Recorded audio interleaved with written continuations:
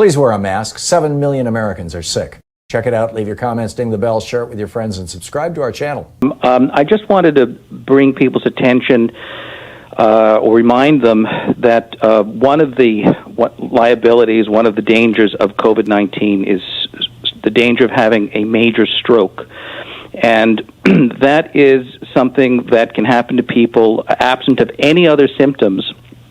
And this problem is getting so bad that the virus causes blood clots that for patients that have to be on dialysis, they're literally clogging the dialysis machines 3 or 4 times a day because of the blood clots, and they have to give them blood thinners.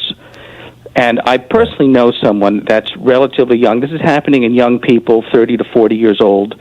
I know someone who was a vegetarian, did not eat a gallon of ice cream a day, was not in that risk pool, very severe stroke. So, wear your mask, be really careful because this disease is insidious. It can sneak up on you in 100 different ways, and these strokes are happening probably, as far as I can see, in about 1.5%, maybe more of the people that are getting COVID.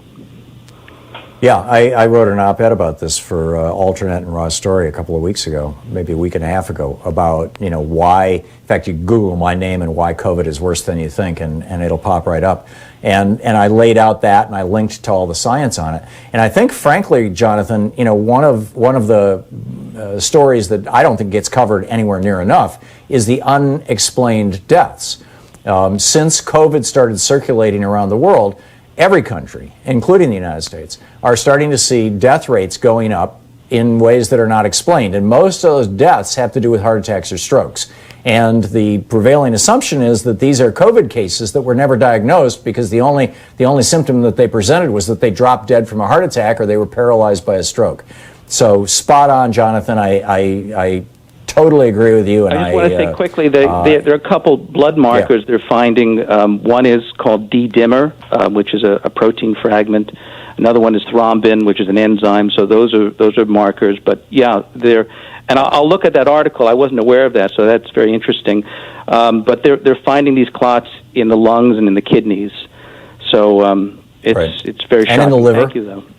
And the liver, yes. In basically, it's all the highly vascularized organs. Some of them are if it happens in the brain, that we call that a stroke. If it happens in the heart, we call that a heart attack. Or if it impedes the flow of blood to the heart.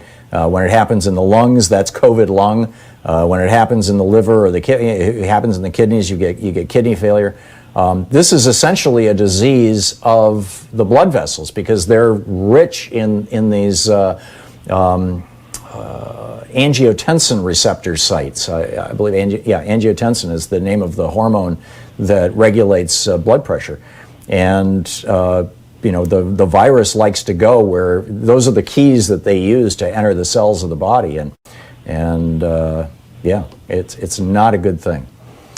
Jonathan, thank you for the call. Spot on. And it's just another reason why it's so important to stay safe, until we've got... I got an email from Donald Trump about 20-30 minutes ago. It was during the break at the top of the hour. And the headline was, "We're developing a cure."